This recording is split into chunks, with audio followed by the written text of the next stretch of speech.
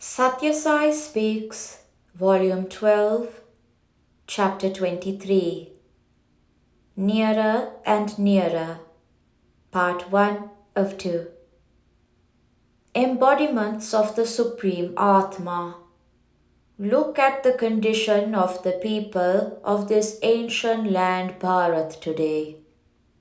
Afflicted with multiplying wants, with no faith in experience beyond the sensual, scorning the sacred scriptures of their forefathers, weakened by fear, anxiety, and lack of confidence in the capacity to overcome these, having no knowledge of the source of strength, and even denying the existence of a source which can be tapped in prayer.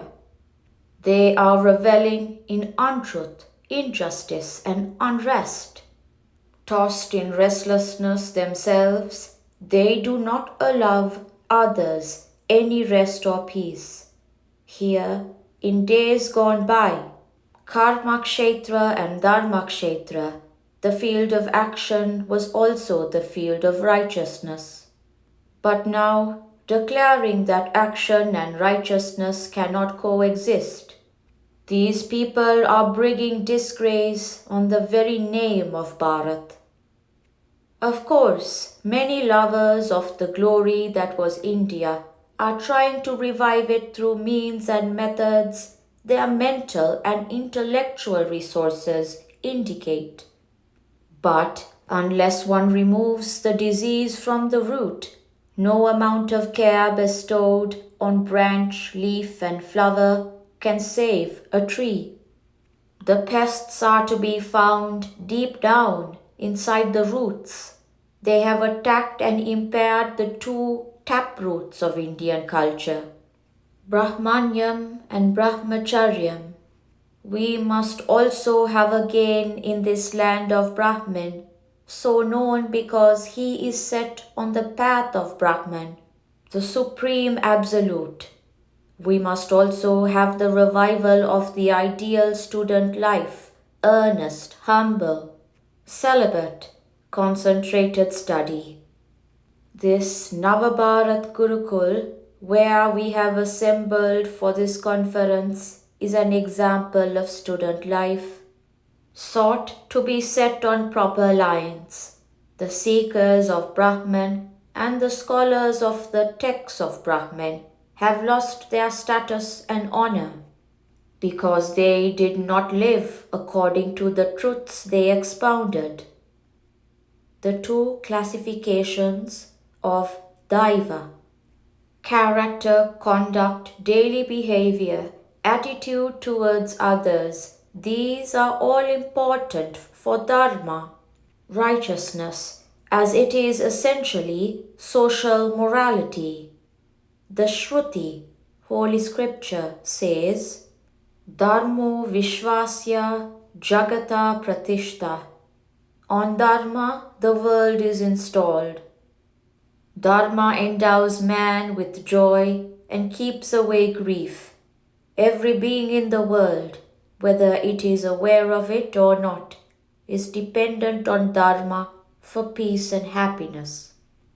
All triumphs, whether acknowledged so or not, are earned only through Dharma.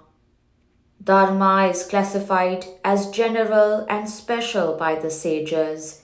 General, including the virtues of truth, love, charity, etc., which everyone has to cultivate and cherish.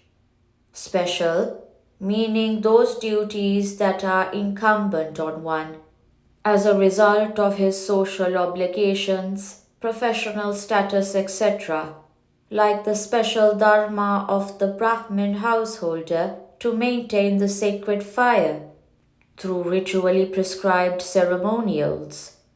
The Vedas lay down the ceremonies. They speak of the intimacy between the Brahmin and the rites of fire worship. Individuals are limbs of the society.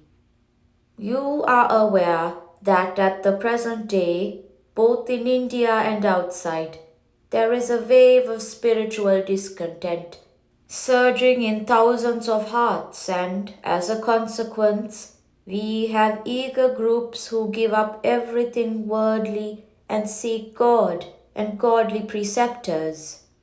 But many do believe that this search concerns only the individual and that society need not get involved in their yearning or their endeavors. This is as foolish as saying that one need not worry about the darkness prevailing outside the walls of his residence. The individual and society are intertwined inextricably. There must be illumination for both. Ananda, divine bliss, must surge out of the individual and fill the lake of society, and from there stream into the ocean of grace. Society is just a name for a group of individuals, but it has no corporeal body. Individuals are the limbs that nourish and support the corpus called society. Society shapes the individual, provides the arena for his development, and sets the ideals he should plant before himself. When the individual is stronger, more intelligent, more service-minded, and more efficient as a worker, society benefits. When society is more aware of its role and of the need to cleanse that role with humility and wisdom, the individual benefits. Sai has resolved to transform the individual and society by promoting this mutual regeneration. This can be done by the action of one on the other. Hence, the formation of this organization and the establishment of its units in all countries for the sublimation of the human into the divine. I have, however, to tell you that the units of this organization have not advanced much in the task that is expected.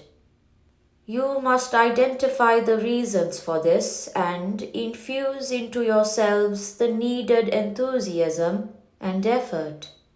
Lay your hands on the true situation and discover the remedies for curing the malady that is diagnosed.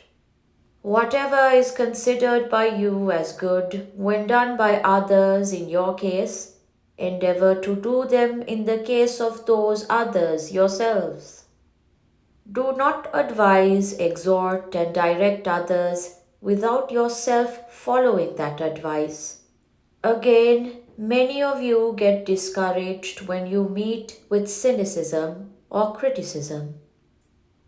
Getting involved in Sai organization will induce faith.